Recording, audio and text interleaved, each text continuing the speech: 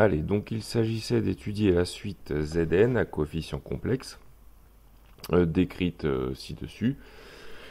Et donc pour ce faire, dans la première question, je demandais de placer dans le plan complexe les images MK des ZK pour K parcourant les entiers de 0 à 3. Bon, c'est-à-dire qu'il faut placer M0, M1, M2, M3 pour Z1, Z0, Z1, Z2, Z3. Bon, très bien. Alors comment fonctionne cette suite? Déjà, on peut regarder ce qui se passe pour Z0. Z0, vous voyez que Z0 égale à 10. Mais 10, c'est 10 fois exponentielle I fois 0. C'est-à-dire que vous avez un nombre complexe, deux modules 10, c'est-à-dire distant, vous allez avoir une image distante de 10 unités du centre du repère dans le plan complexe, avec un argument égal à 0, c'est-à-dire vous faites une rotation égale à 0, donc vous ne bougez pas de l'axe des abscisses, vous obtenez bien l'image du point M0. Par la suite, si vous voulez calculer Z1, donc vous appliquez la relation de récurrence. Z1, ça va donc être Z0 fois 0,9 exponentielle EI pi sur 4. Qu'est-ce que ça signifie?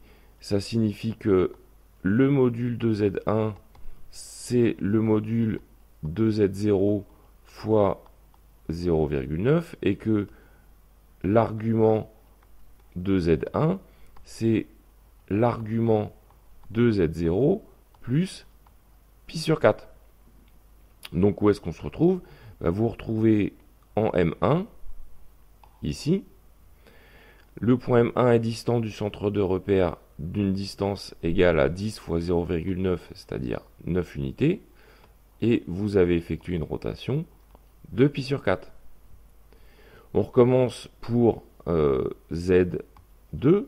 Alors, Z2, c'est Z1 fois 0,9 exponentielle E I pi sur 4.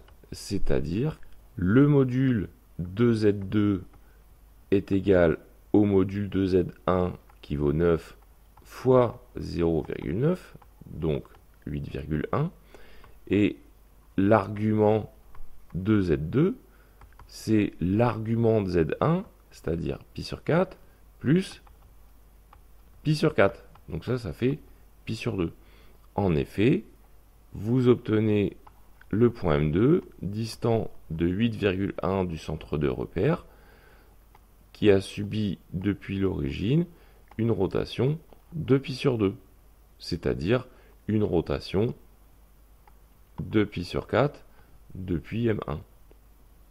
Donc voilà géométriquement comment ça fonctionne. Alors pour M3, vous remultipliez 8,1 par 9, vous rajoutez pi sur 4 et effectivement vous allez vous retrouver au point M3 distant de 8,1 fois 0,9 auquel vous rajoutez encore pi sur 4 et vous vous retrouvez donc à cette fois 3 pi sur 4. Voilà, et vous retrouvez en M3. Donc moi j'ai poussé un peu plus loin avec GeoGebra pour qu'on comprenne ce qui se passe. Effectivement, vous allez vous enrouler comme ça autour du centre du repère à chaque fois en vous rapprochant du centre de repère et en tournant de pi sur 4. Très bien. Ça c'est pour la question 1. Donc la question 1, on peut considérer qu'elle est traitée. Pour la question 2, qu'est-ce qu'on demande? Pour la question 2, on demande de donner l'argument ZP, c'est-à-dire l'angle qui va nous permettre de trouver le point MP, tel que le module de ZP, donc la distance de MP par rapport à l'origine, soit plus grande que 1, et le module de ZP plus 1, c'est-à-dire la distance du point MP plus 1, soit elle plus petite que 1. Bon, alors qu'est-ce que ça signifie tout ça? Ça signifie tout simplement que vous imaginez un cercle de rayon 1 et on va chercher le point MP, le dernier point MP à l'extérieur du cercle, puisque vous avez compris, je vous expliquais avant, vous tournez, vous enroulez autour du centre du repère tout en vous en rapprochant. Le dernier point MP à l'extérieur du cercle, sachant que le point suivant, donc le MP plus 1, lui, sera le premier point à l'intérieur du cercle. Donc voilà ce qu'on cherche à savoir. Et en fait, ce qu'on cherche à connaître, c'est l'angle, ici, l'argument de ZP, c'est-à-dire l'angle entre l'axe des abscisses et le vecteur OMP. Donc voilà ce que l'on cherche. Alors pour faire ça, on se rappelle comment ça fonctionne. Donc le module de ZP plus 1, c'est égal à 0,9 fois le module de ZP. Ça, c'est la relation récurrence qui nous la donne.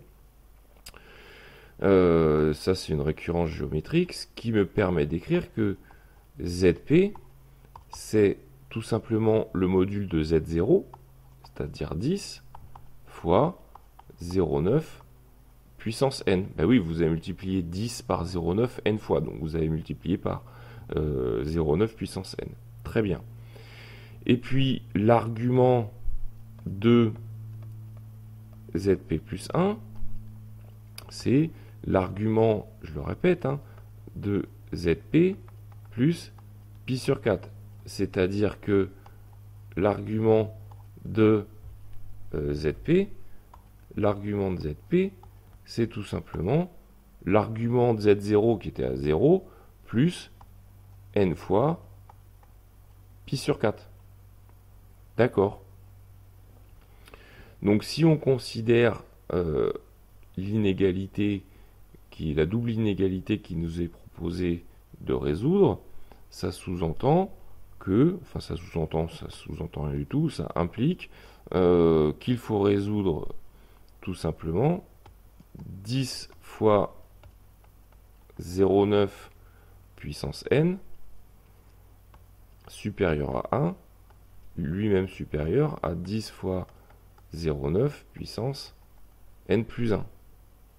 Alors nous, on va s'intéresser uniquement à cette inégalité-là. On aurait pu prendre l'autre. Bon, voilà, je suis parti là-dessus. Donc, ce qui nous donne 0,9 puissance n supérieur à 1 divisé par 10, c'est-à-dire 0,1. En appliquant les logarithmes, donc ça fait n ln de 0,9 supérieur à ln de 0,1. Très bien. En divisant par ln de 0,9, ça nous donne n de ce côté-là. Et puis ln de 0,1 sur ln de 0,9 de ce côté-ci. Attention, parce que ln de 0,9, c'est négatif. Lorsque l'on multiplie ou qu'on divise les membres d'une inégalité par un nombre négatif, il faut changer l'ordre de l'inégalité. Donc le signe d'inégalité qui était dans ce sens-là devient opposé. Très bien. Un rapide calcul avec une calculatrice nous donne le résultat approché de ce quotient à 21,9. Donc qu'est-ce que ça veut dire? Ça veut dire que les points M ils sont à l'extérieur du cercle 1 tant que l'indice n est plus petit que 21,9. N étant entier, n est plus petit que 22 du coup. Donc pour n égale à 21, ça fonctionne. Donc finalement, on peut conclure que ainsi, n égale à 21. Et puis np plus 1, pardon, n'importe quoi, n plus 1 est égal à 22. Bon, d'accord. Vérifions. Oui, vérifions quand même qu'on n'a pas raconté de bêtises. 10 fois 0,9 puissance 21 environ, ça fait 1,1. Ça, je l'ai fait à la calculatrice. Et 10 fois 0,9 puissance 22, c'est-à-dire le module de Z22, c'est environ égal à 0,98. Donc effectivement, M21, il est à l'extérieur du cercle de rayon 1, et M22, il est à l'intérieur, c'est le premier point à l'intérieur du cercle de rayon 1. Bon, très bien. D'où, parce que la question portait pas sur les modules, je vous rappelle, la question portait sur les arguments. D'où l'argument cherché. Donc l'argument de ZP, c'est l'argument de Z21, c'est-à-dire 21 fois pi sur 4. 21 fois pi sur 4, ça fait 21 pi sur 4. 21 pi sur 4.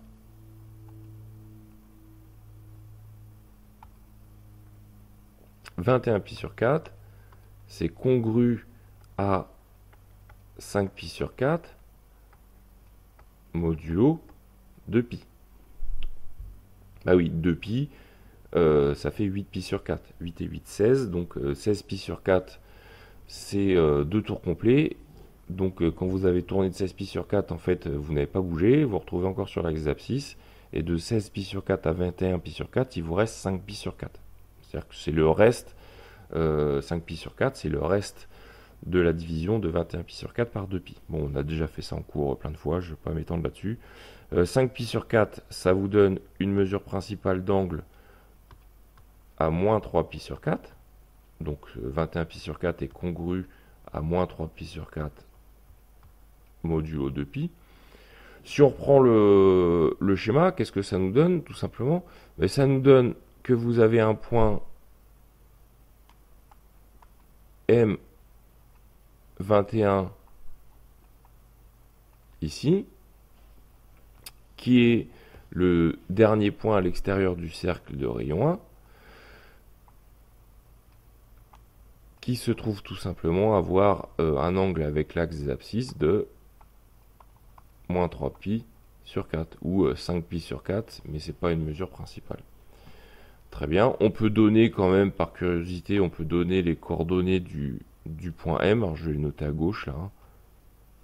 Environ, le point M21 a pour abscisse, bon, tout simplement, c'est le module fois cosinus moins 3 pi sur 4. Cosinus moins 3 pi sur 4, c'est moins racine de 2 sur 2, fois 1,1. Bon, bref, j'ai fait les calculs. Vous tombez à moins 0,77 pour l'abscisse. Et même chose pour, enfin même chose, même valeur, pour l'ordonnée. Voilà, cet exercice est terminé.